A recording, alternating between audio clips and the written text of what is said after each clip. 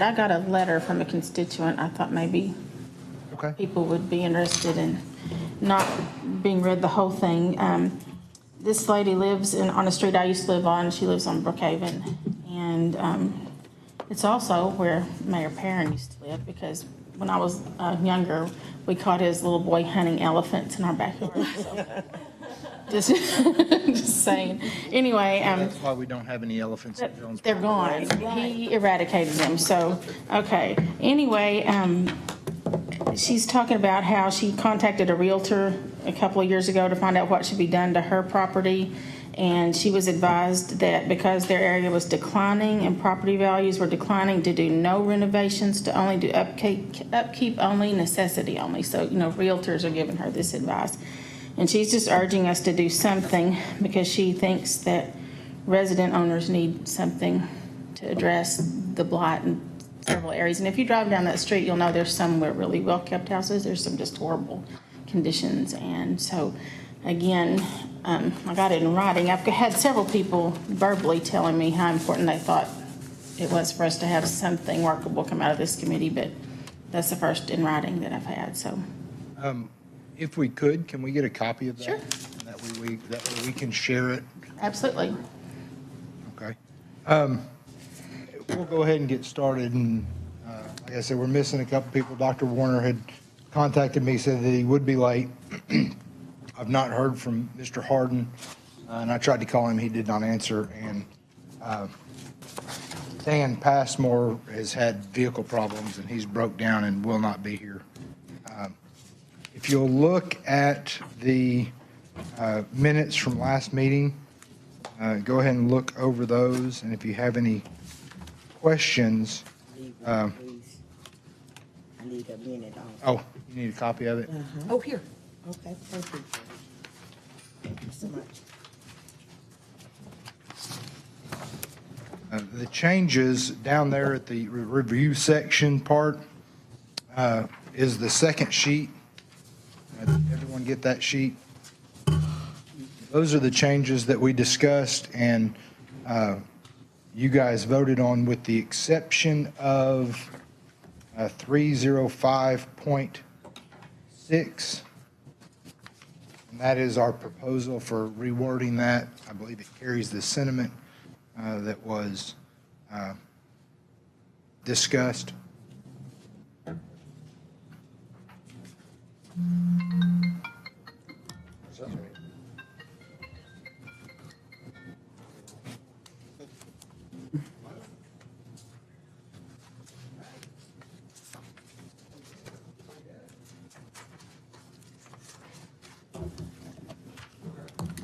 Wouldn't you think if a door was capable of being open, it would be capable of being shut? Well, you would think so. You're assuming it. Did you find that odd as well?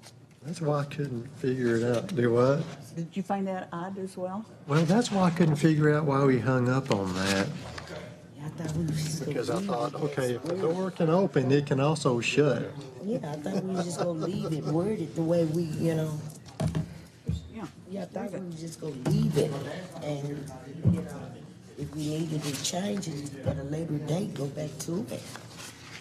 Yeah, Yeah, I that's thought we why I was just thought I was leaving okay that. with that, because, I thought we was just leaving the Well, we'll, whole section, Well, I'll try to meet with you guys first part of next week. 306. Hey, Michael, the reason I was thinking about it is just coming from the viewpoint of tenants that might like slam doors, and maybe they get it to the point where it doesn't shut appropriately, but it's still open. So, since they've self-inflicted their own damage of not being able to close their door correctly, well, may not shut. right, that's what I was thinking, because I've seen that happen before. You rent to a bunch of boys and you also live with a bunch of boys, which that's all I have in my house. Doors don't always shut right.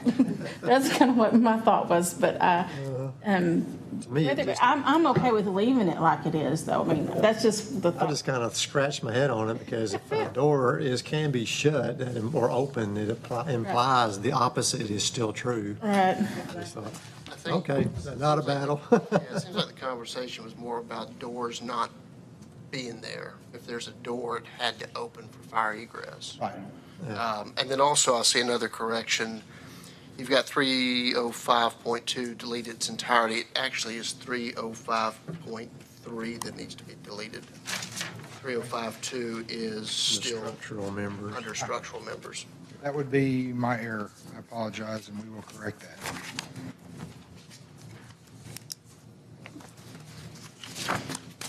I believe that's the first error of 2015 I've made. Oh, Oh, wow. Yeah. oh, If you okay. do, you're rather gullible. Son you've Oh, gotten caught okay. with. Right. Okay. Any questions about those other than that, and thank you?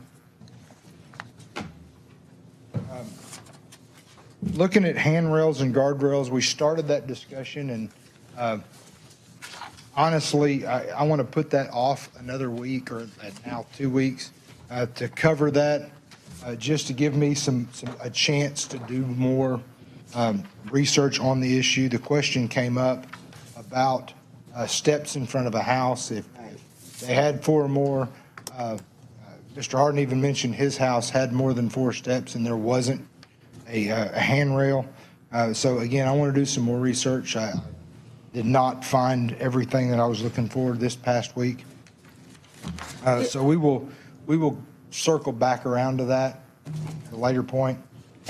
Isn't that, though, this one, I was thinking about this last week, this is just the interior handrails and guardrails, isn't it? The 305.5? Oh, 307. 307, okay, sorry. 307. 307, gotcha.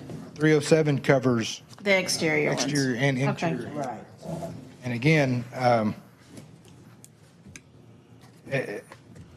my mindset is a flight of stairs and the steps to the house, in my mind, are different things. What I'm trying to find out is if the definition of those are different anywhere, if that's my thinking. You're not by yourself. I'm thinking separate also, different. So, I mean, obviously, that would be something that we would address in the implementation, looking at those two things differently. We see exterior flights of stairs, whether it be a fire escape or whether it be a second floor apartment with the exterior, with the entrance on the exterior. We see that in Jonesboro. Everyone that I've ever seen had handrails. And it would not be hard to see where the absence of those would cause be a major danger. So, again, to answer John's question, I want to do some more research on that. While I'm on the topic, John Harden will not be here tonight. So that will move us, we will move on to light ventilation. Again, we will circle back to 307. And then 308 and 309 we will cover when we cover the rest of the exterior requirements. So moving to 401, light, ventilation, and occupancy limits. I was actually really hoping that our landlords would be here for this discussion. And so we may cover it, but refrain from actually making any decisions on it tonight in their absence. With one of them, I think we would feel more comfortable. I'm trying to arrange my notes. Are we logistically going to be able to come up with what we're tasked to do in the amount of time that we're tasked to do it in? We are going to, I believe, once we fight through some of the interior things, this will move a little bit faster. Okay. But we're going to have to cover things, I guess, a little more broadly as we go through them, look at it. It may require a little more homework, or at some point scheduling a couple longer meetings to go a little bit further. All right, light, ventilation, and occupancy limits. Again, the general section is not a standalone section. You really have to look at almost each section in an entirety before you can go back and look at it more closely. It does, the general section does put the onus of the owner being responsible for the light, ventilation, and space conditions. We would recommend, the first change we would recommend, obviously, holds true in 401.3 of alternative devices. We would change the reference to International Building Code to the Arkansas Fire Prevention Code, volumes 1, 2, and 3.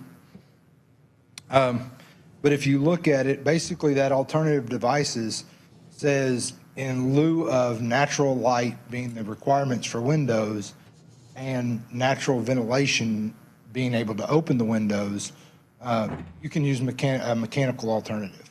I know several houses in and around Jonesboro that are almost built into the side of the hill or a walkout basement where windows and ventilation is not possible through the windows. So, like I said, there is that mechanical alternative.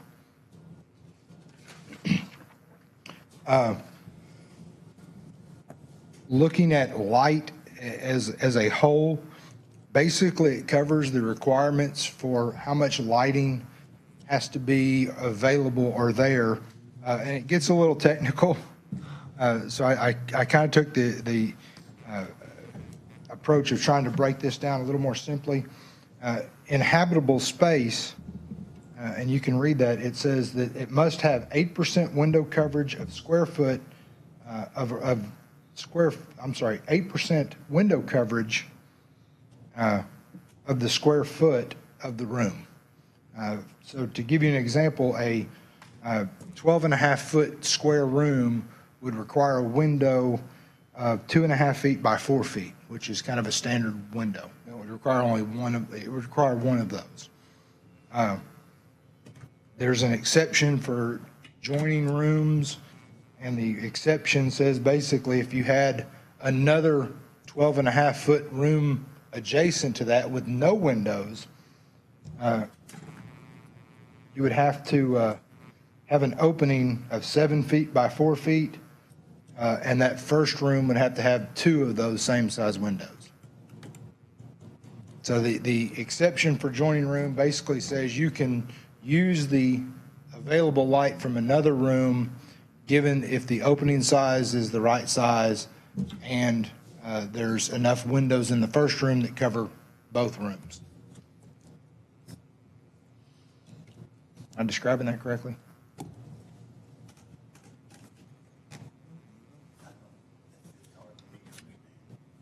If it's hard for you to understand. Where would it, just out of curiosity, I mean, where would this fall in? I mean, there are structures out there now that this does not apply to that would be grandfathered in a building code scenario. And of course, now building codes would factor this in, and I'm sure it goes back into the 80s or 70s, maybe even before that. I mean, is this getting into life safety, I guess is my question, kind of like where we were in this discussion last week of structural versus paint chipping? I mean, can you elaborate a little bit? In the discussions that we had, and you kind of have to skip down to look at other spaces.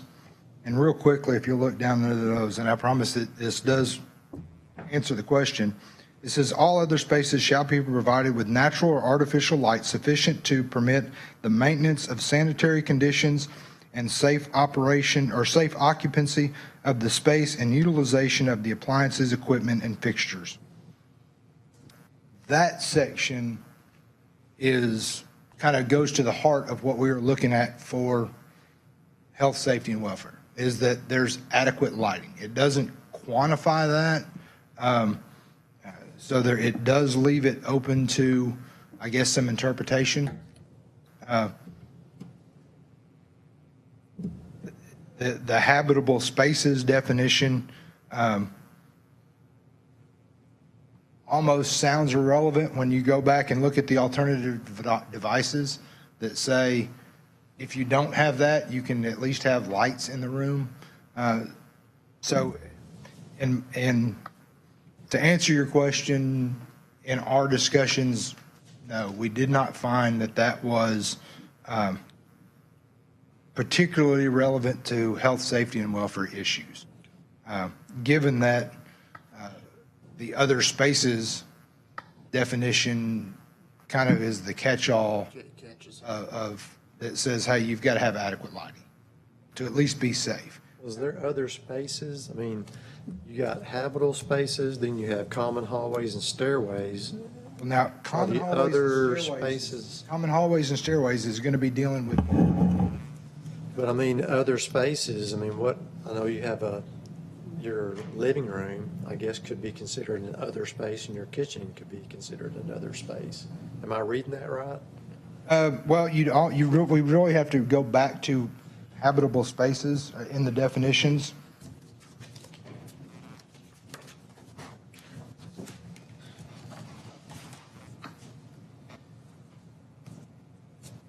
Habitable space is a space in a structure for living, sleeping, eating, cooking, bedrooms, toilet rooms, closets, halls, storage, or utility spaces, and similar areas.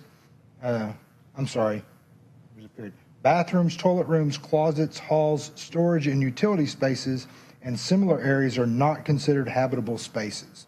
So those would be what would fall under other Other spaces. spaces. Okay, thank you.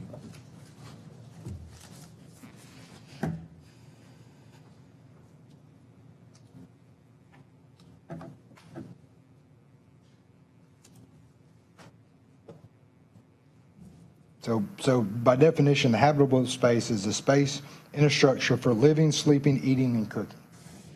So bedrooms, living rooms, and kitchens would all be considered habitable space. The hallway, the closets, the bathrooms are not considered habitable spaces. So again, back to the discussion at hand.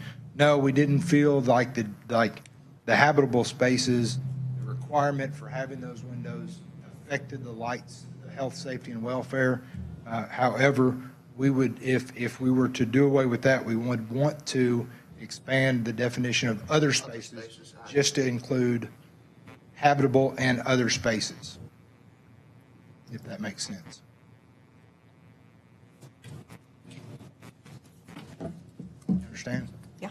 Okay. And again, I think it would probably be best, again, with the absence of the folks that we have this week, to wait to vote towards anything.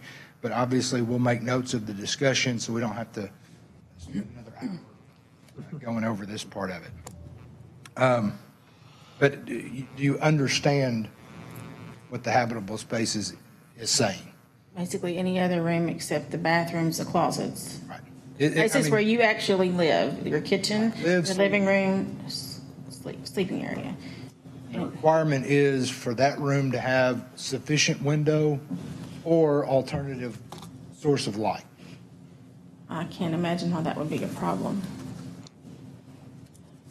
Well, in today's society, I mean, look how many home theaters are being built now that don't have, I mean, But then they have the artificial light and ventilation. Yeah. Anybody that can afford a home theater is going to have light and ventilation, but you still, I would think this might be to prevent somebody from taking the home and trying to get it ready to rent and not having, you know, I wouldn't want a bedroom without a window just so I could get out of it. Right.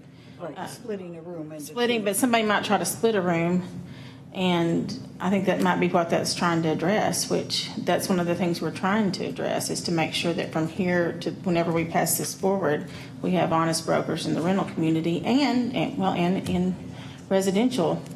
So I have no problem with the whole thing. Okay.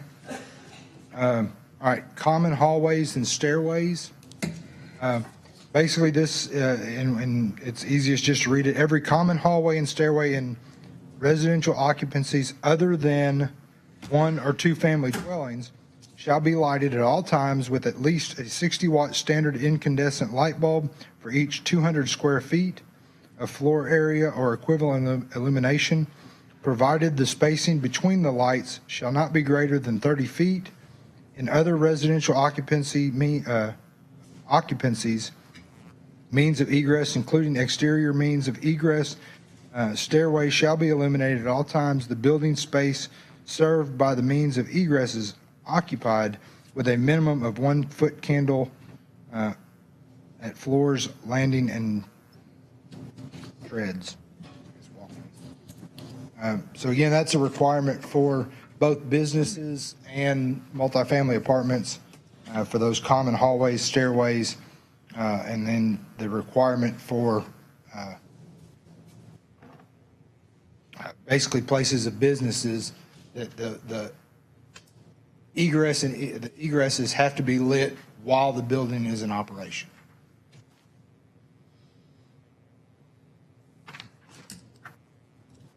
Any questions about that? Any discussion, any opinions, thoughts that you want to share about that?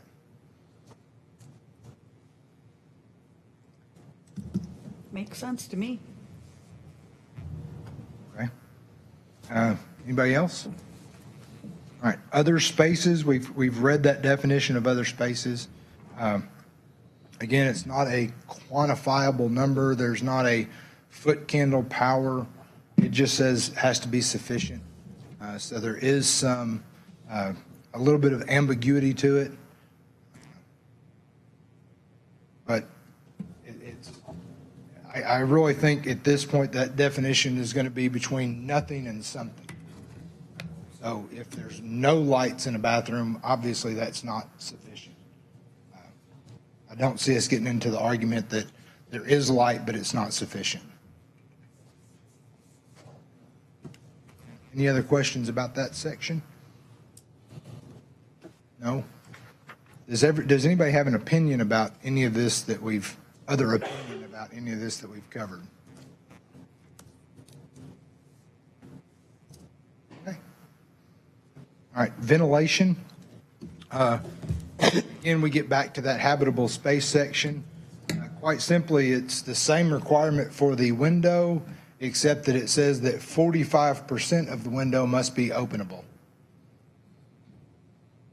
And again, that is not articulating that in the term of egress, but for ventilation purposes. Again, there is still the alternative devices that says if it can't be open and you have an alternative source of ventilation that you're covered. It gives the same exception for an adjacent room.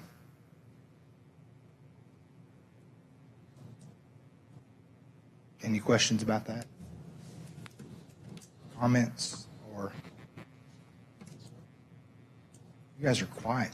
This stuff just seems to be common sense. Okay. Right. Mr. Whitley? On the bullet, I don't know if we've jumped down this far yet, on bathrooms and toilets. Mhm. Says it shall discharge to the outdoors and shall not be recirculated. Well, what about all the homes where it's discharged into an open attic? Tim, that would be yours. They are somewhat grandfathered in. If there was a new vent or a new exhaust put in, Okay. then it would be required to be vented Fitted out. outside. Breaking up the code at that point. But everything, I mean, But now air And, vented, and I guess that's one of my questions on this is, and I agree with everybody up here, it makes sense, but what I'm concerned about is the grandfather side of it. I mean, we've got thousands of homes in this market or in the city that none of this will apply to because they're so old, and I know that's where we're trying to go, but you get a complaint call on this particular one, you go out there, there's a vent, it's not operational, it's got to be replaced. Where does the grandfather, I mean, where does that, explain to me how that would work, because, Well, if it's not operational and has to be replaced, wouldn't it have to be to the current code when it's replaced? well, but someone's going to go get a permit to put in a bathroom exhaust? no, it's considered actually would be service work or something for an electrician. It was existing in the first place. Yeah, maintenance. A permit wouldn't be required. It's not Okay. required. Right, that's- But yet they would be required by the complaint to duck it out if the original one was not ducked. If possible.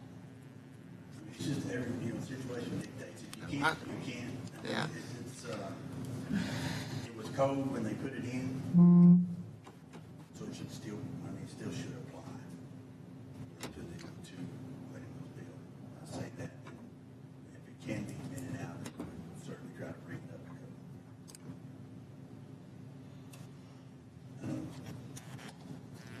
Now this is a bathroom vent that vents into the attic. Is attic air recirculated? Okay. So if you had an attic and you have vents on top of the attic, would that meet that requirement that it's vented into the attic, which that air is not circulated through the house, and the attic is vented? I mean, is that But- ventilated and to the outside? It makes sense that that's sufficient, but that's not what it says. It says it has to be vented outside, and, I think there's so much room here that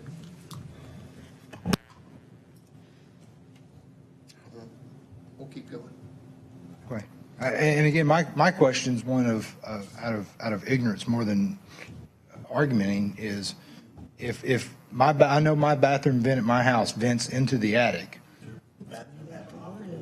Yes. That wouldn't matter, yeah. All right.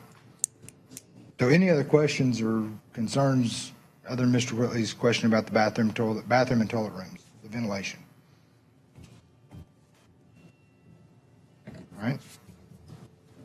Cooking facilities, unless approved through the current, through certificate of occupancy, cooking shall not be permitted in any rooming unit, dormitory unit, and cooking facility or appliances shall not be permitted to be present in the rooming unit or dormitory unit. And that, again, that has nothing to do with single-family residences. That has to do with a rooming unit or dormitory room unit.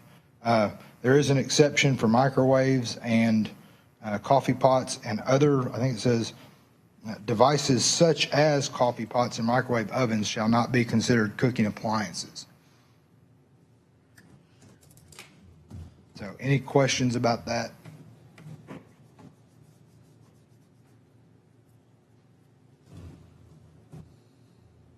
All right, clothes dryer exhaust systems shall be independent of all other systems and shall be exhausted outside the structure in accordance with manufacturer instructions.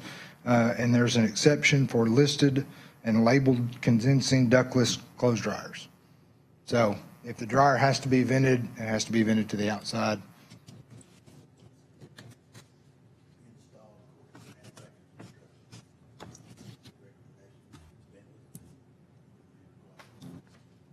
Do any of the apartments that you know of use ductless dryers? They do?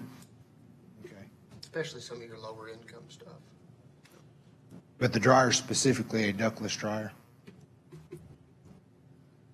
All right. Any questions about that? Now we'll get into the discussion of occupancy limits.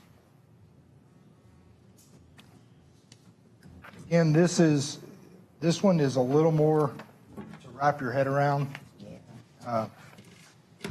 There are a couple requirements up front, as I read them, that are, I guess, prescriptive. They tell you that this is the way it has to be, and then other ones that get into more of a descriptive mode, saying if a room looks like this, then this is how it's defined.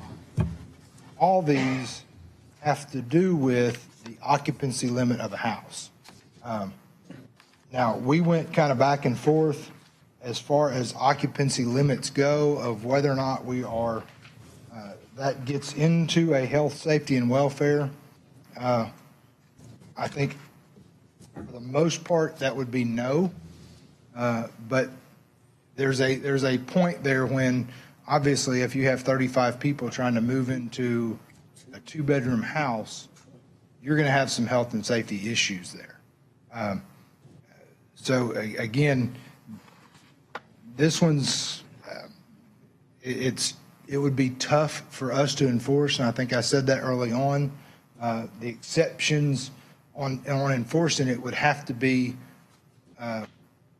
almost, I don't want to say outrageous, but they would have to be to a level that was plain and obvious. So if you have a family of 6 living in a house and grandma gets sick and moves in, that's not something that we could really get in there and spend the time needed to investigate. If you had, again, 35 college students that rent a 3-bedroom house and they're all living there, then we might, that would be something that would probably garner a little more of our time and effort. What about a house that's in a basically single-family residential area, and they come in and they remodel it, and all the same family, but maybe there's 3 family units in there, and what about something like that? That would be, as far as the remodel part, Not the remodel, I'm talking about they remodeled it to set it, well, okay, you'd know that from the, they'd have to get a permit. So what would happen then? Would you give them a permit to do something like that, to remodel it where they could have more than one family in there?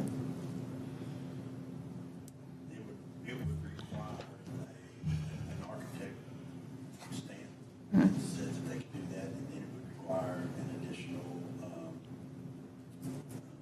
service as far as electrical go, additional sewer. I mean, they can do it, Right. but it would require permits and mechanical permits to do that. I mean, anything possible.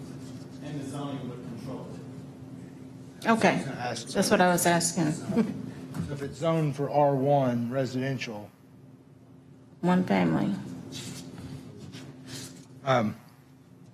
but, so as we kind of go through that, try to almost, you really almost have to look at all this in light of the section regarding occupancy limits for it to make sense. To again, go that. We looked at pros and cons of this section. For the landlord,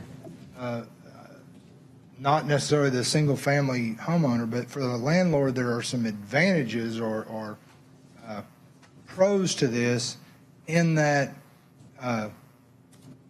one of the requirements for a landlord is that they cannot discriminate based on familial status, family status.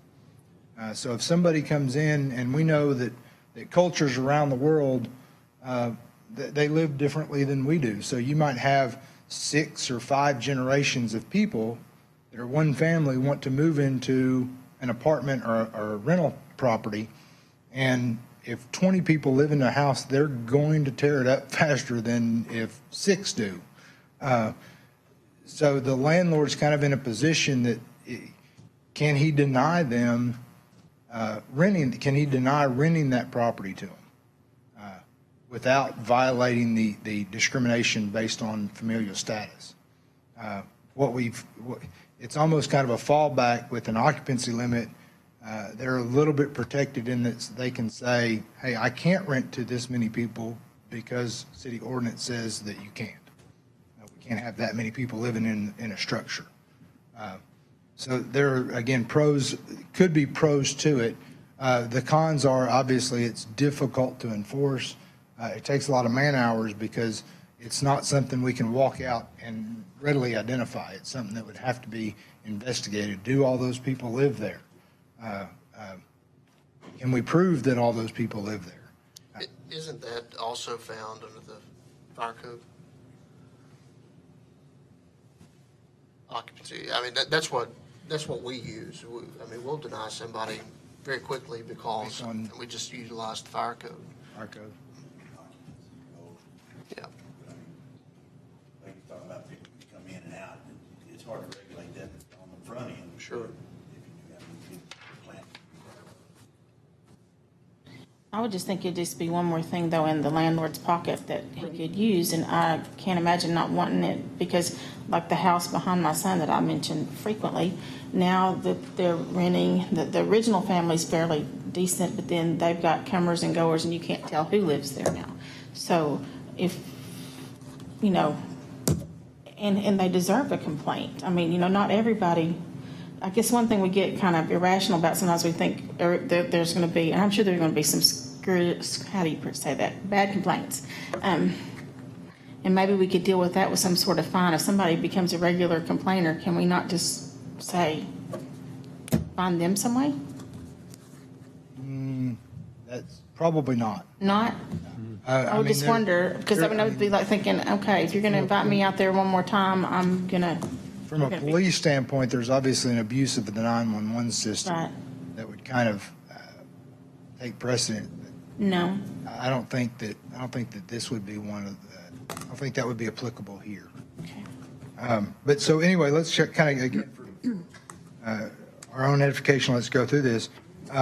So the privacy section says dwelling unit, hotel units, housekeeping units, rooming units, and dormitory units shall be arranged to provide privacy and be separate from other adjoining spaces.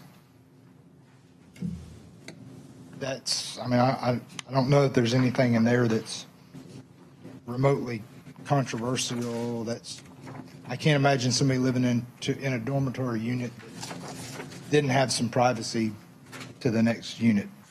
All right, minimum room widths.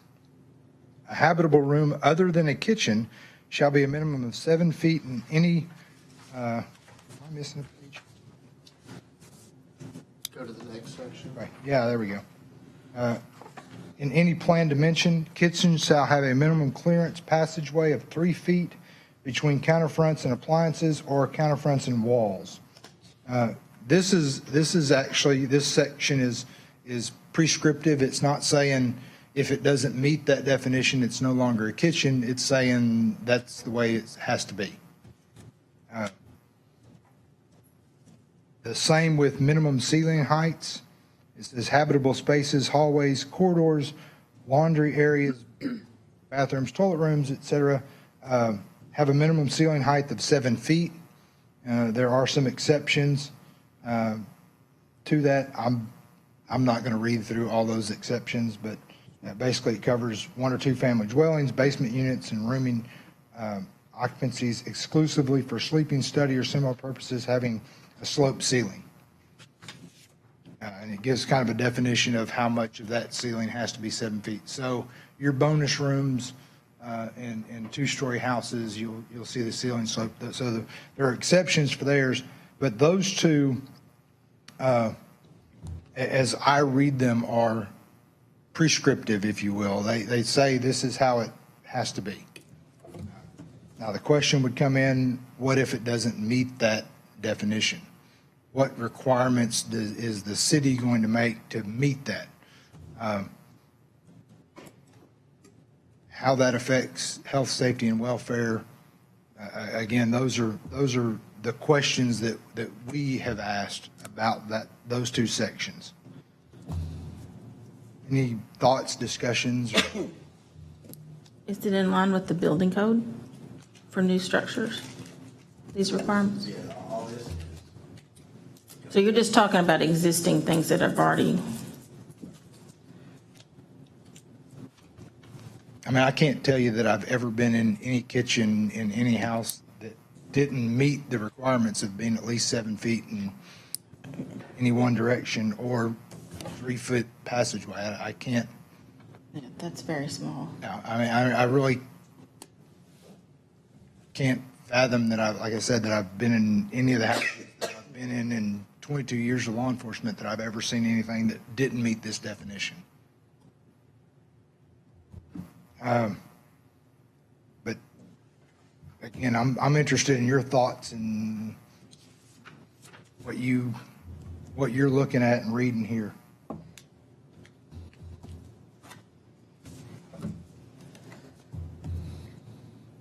Well, if it's the same, if it meets with the building code, I don't see any problem with it. And if you have somebody trying to put somebody in a kitchen that's 7 foot by 3 foot, I would think that's a little bit small for cooking, a little bit embarrassing, but I don't have any trouble with it. Well, and it says 7 foot in any one direction, and that's a 6-foot table, I believe. So that would be a pretty small kitchen. Yes. We'll move on. Bedroom and living room requirements. Every bedroom and living room shall comply with the requirements coming up.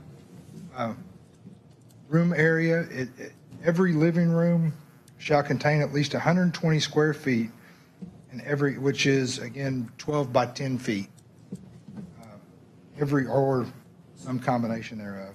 And every bedroom shall contain a minimum of 70 square feet for single occupancy, and for any more than one occupancy shall have a minimum of 50 square feet of floor area for each occupant thereof. So again, this is not prescriptive. This is descriptive. So if a room in the house that you call a bedroom doesn't meet that requirements for the purposes of occupancy limits, it's not a bedroom. Does that make sense? So if you have a 3-bedroom house and 2 kids stay in one room and you go, you know what, they won't get along, we're building a wall.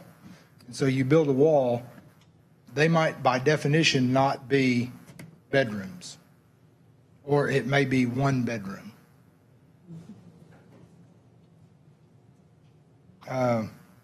Access from bedrooms. Bedrooms shall not constitute the only means of access to the bedroom or habitable spaces, and shall not serve, am I reading that right? Yeah. And shall not serve as the only means of egress from other habitable spaces.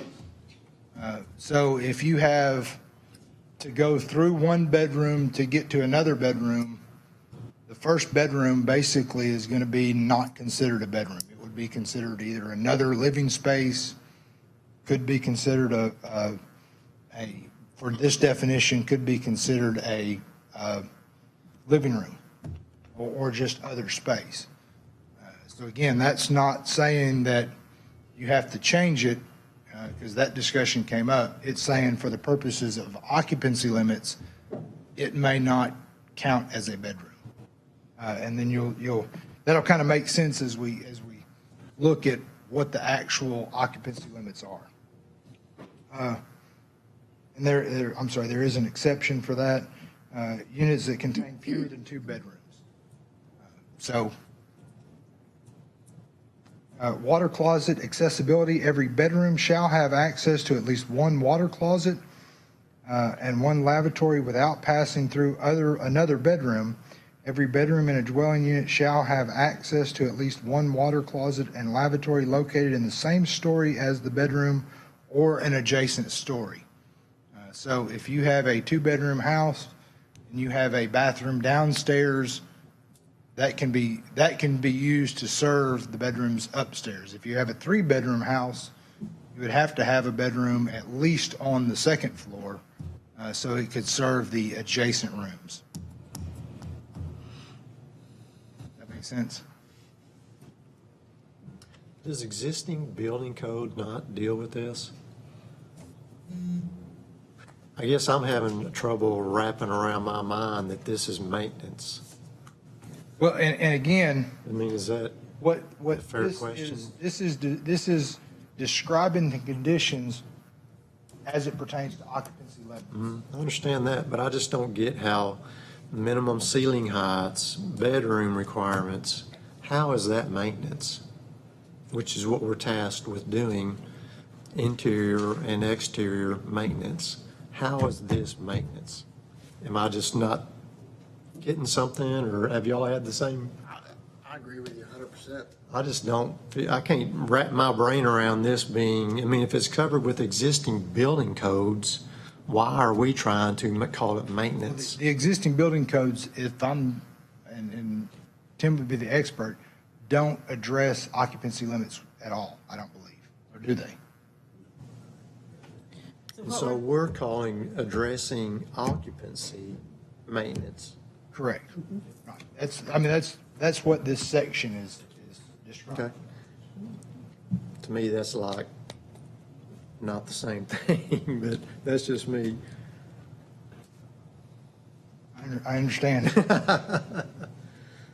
I just read as I was reading through all of this, not the whole book, but just this particular section, light, ventilation, and occupancy. Not occupancy so much, but I just think, now, how does this relate back to an international property maintenance code? And I just couldn't get back to there. Well, I mean, and again, I think the argument here is that light ventilation and occupancy limits can affect health, safety, and welfare.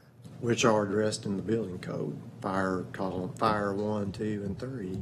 Some of them are. Again, occupancy limits is not addressed, as far as I know. Yes, occupancy limits are addressed in the fire prevention. They are?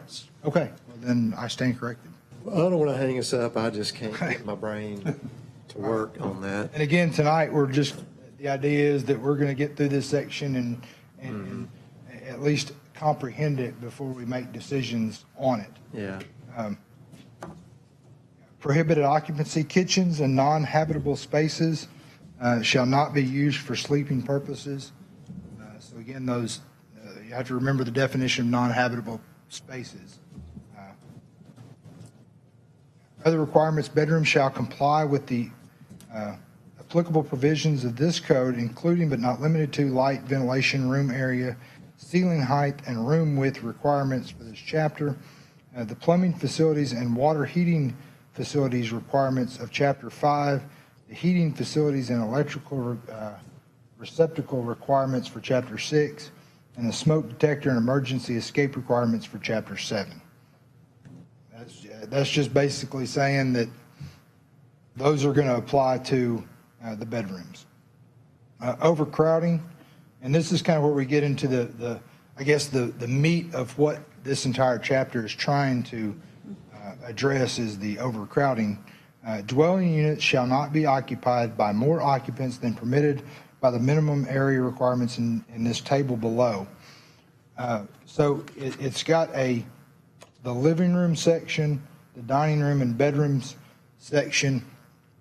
So to put this in a little bit of perspective, if you have two people living in a house, by this code, it's saying that the house has to at least have 120 square feet of living room, has to have at least one bedroom of 100 square feet or two bedrooms of 70 square foot each. And again, there's no dining room requirement. So again, my goal is for you guys to at least begin to understand what this section is discussing. As you go up in occupancy, there is a dining room requirement, and below you'll see a combined space. So you don't have to have a separate dining room and living room. It could be the same space as long as they meet the square foot requirements.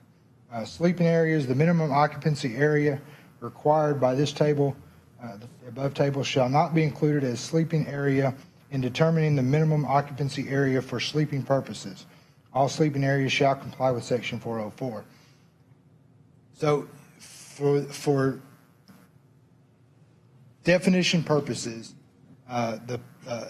each person has to have at least that 50 square foot of bedroom or per person. So you could use a living room towards your occupancy limits as long as it was at least 70 foot for one person above the 120 or 50 foot per person above the 120. Does that make sense? Again, it takes a little bit to get your mind wrapped around that section. What that's saying is the 120 square foot is just living room. It's not a sleeping quarter. But if it was bigger than that by 70 feet, you could have somebody sleeping in the living room. And again, all this in the perspective of how many people can live in a house. Combined spaces, again, that talks about the living room and dining room shall comply with the requirements of the table if the total area is equivalent to the sum of those two rooms. So if you have 3 to 5 occupants and you wanted to have a combined living and dining room, you would have to have a minimum of 200 square foot in that room.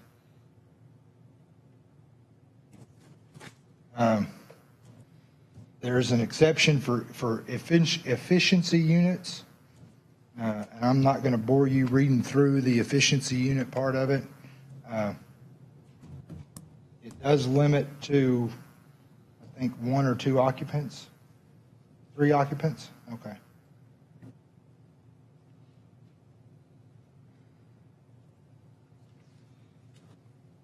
And then food preparation. All spaces to be occupied for food preparation purposes shall contain suitable space and equipment to store, prepare, and serve foods in a sanitary manner. There shall be adequate facilities and services for the sanitary disposal of food waste and refuse, including facilities for temporary storage. And that, I mean, again, that's the end of that section. Now, I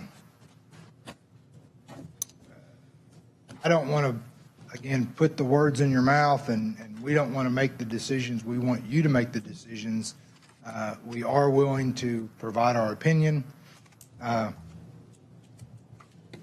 Occupancy limits, in my opinion, is a feel-good section of the ordinance that I don't know that it would ever be enforced.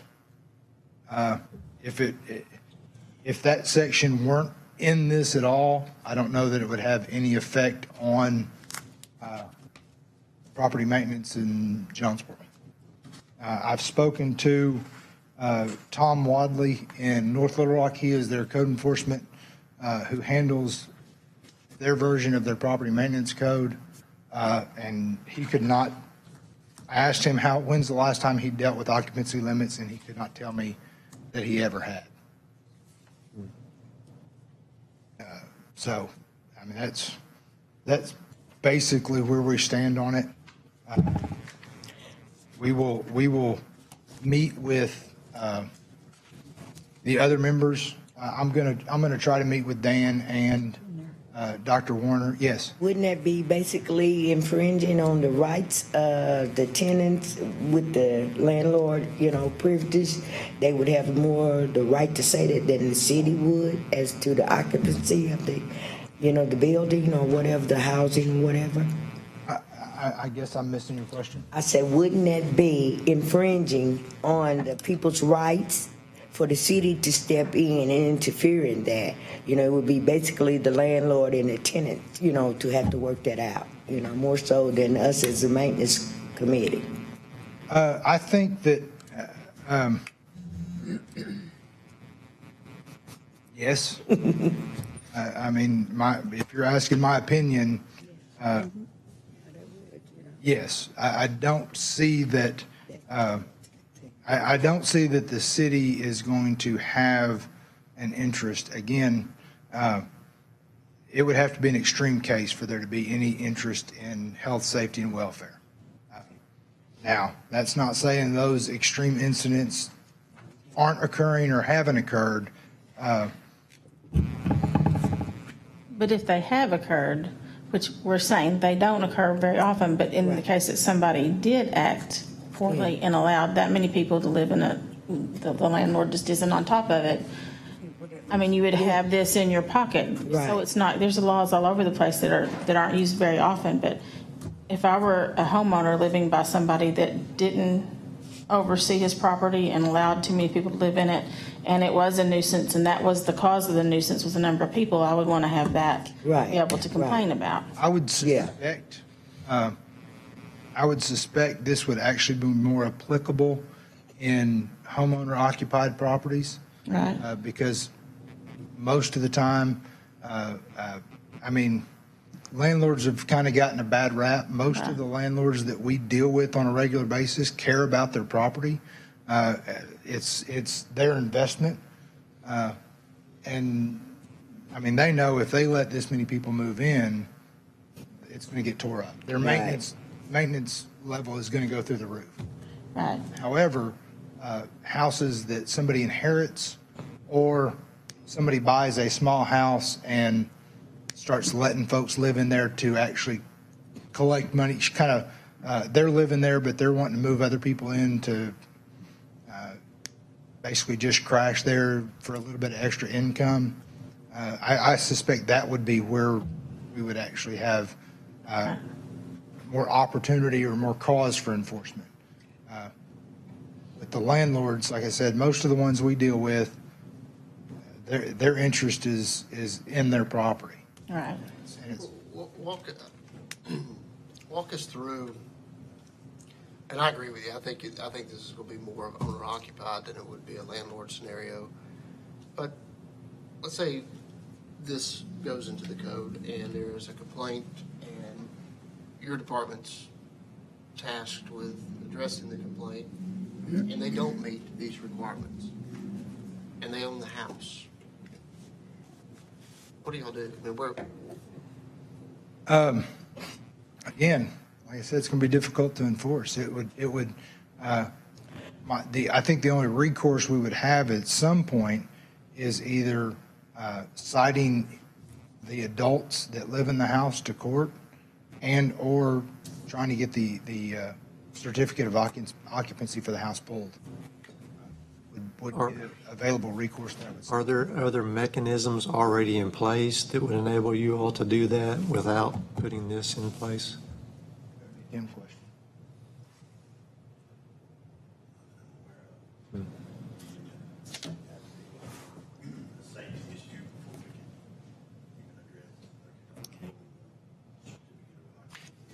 address.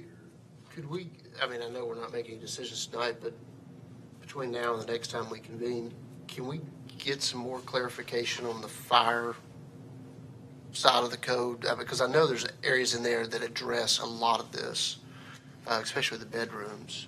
But maybe that'll help us know what's actually out there. Got that, Tasha? We will.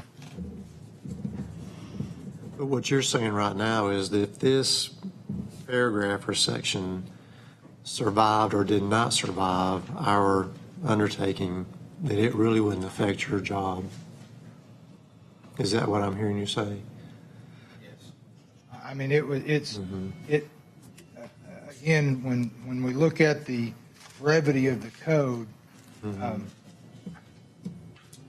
I don't know that we would handle one investigation of over occupancy in 5 years.